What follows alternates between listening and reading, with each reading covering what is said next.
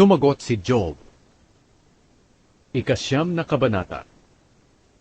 Sumagot si Job, "Totoo ang sinabi mo, pero paano mapapatunayan ng tao na wala siyang kasalanan sa harapan ng Diyos? Kahit na makipagtalo pa siya sa Diyos sa hukuman, wala siyang magagawa dahil sa 1,000 katanungan ng Diyos, hindi niya masasagot isa man sa mga ito. Marunong at makapangyarihan ng Diyos. Sino ang nakipaglaban sa Kanya at nagtagumpay? Walang ano-ano'y pinauuga niya ang mga bundok, at natitibag ito sa tindi ng Kanyang galing. Niyayanig niya ang lupa, at ang mga pundasyon nito ay nauuga. Kapag inutusan niya ang araw o ang mga bituin, hindi ito sisikat o magbibigay ng liwanag. Tanging siya lang ang nakapaglalatag ng langit at nakapagpapatigil ng alon. Siya ang manlilikha ng grupo ng mga bituin na tinatawag na Oso, Orion, Pleiades, at mga bituin sa katimugan. Gumagawa siya ng mga kahanga-hangang bagay at mga himalang hindi kayang unawain at bilangin.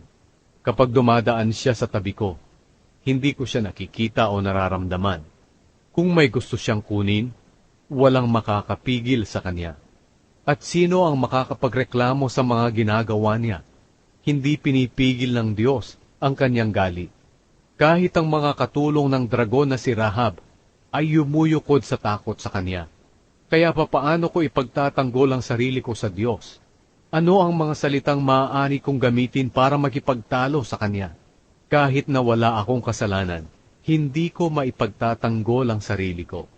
Ang magagawa ko lamang ay magmakaawa sa Diyos na aking hukom.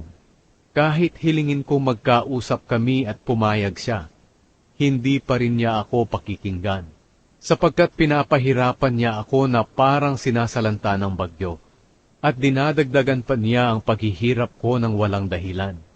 Halos malagot na ang aking hininga dahil sa paghihirap na idinulot niya sa akin.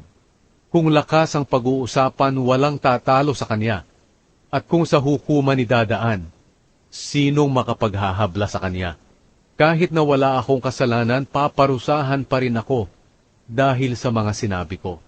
Kahit na wala akong kapintasan, wala na itong halaga sa akin ngayon. Kinamumuhian ko na ang aking buhay. Pareho lang naman ang kapalaran ng matuwid at masama. Lahat sila ay mamamatay. Kapag biglang namatay sa kalamidad ang matuwid, natatawa lang siya. Ipinagkatiwala niya ang mundo sa masasama. Tinatakpan niya ang mata ng mga hukom para hindi sila humatol ng tama. Kung hindi siya ang gumagawa nito, sino pa kaya? Madaling lumipas ang mga araw sa buhay ko. Mas mabilis pa ito kaysa sa mananakbo. Lumilipas ito ng walang nakikitang kabutihan. Dumadaan ito na kasimbilis ng isang matuling sasakyang pandagat o ng agilang dumadagit ng pagkain. Kahit tumigil na ako sa pagdaing at pagdadalamhati, at ako'y ngumiti na, nananaig pa rin sa akin ang takot sa mga paghihirap na maaaring dumating sa akin. Dahil alam kong hindi niya ako ituturing na walang kasalanan. Yaman din lamang na itinuring na niya akong may kasalanan. Wala nang halaga na ipagtanggol ko pa ang aking sarili. Kahit sabunan ko pa ang aking buong katawan para luminis, ilulubog pa rin niya ako sa maputik na hukay, upang kahit ang sarili kong damit ay ikahiya ako. Hindi tao ang Diyos na katulad ko. Hindi ko siya kayang sagutin o isakdal man sa hukuman. Mayroon sanang mamagitan sa amin para pagkasunduin kaming dalawa, at mapatigil sana niya ang pagpalo ng Diyos sa akin, para hindi na ako matakot. Kung magkagayoy, makakausap ko na ang Diyos ng walang takot. Pero sa ngayon, hindi ko pa ito magagawa.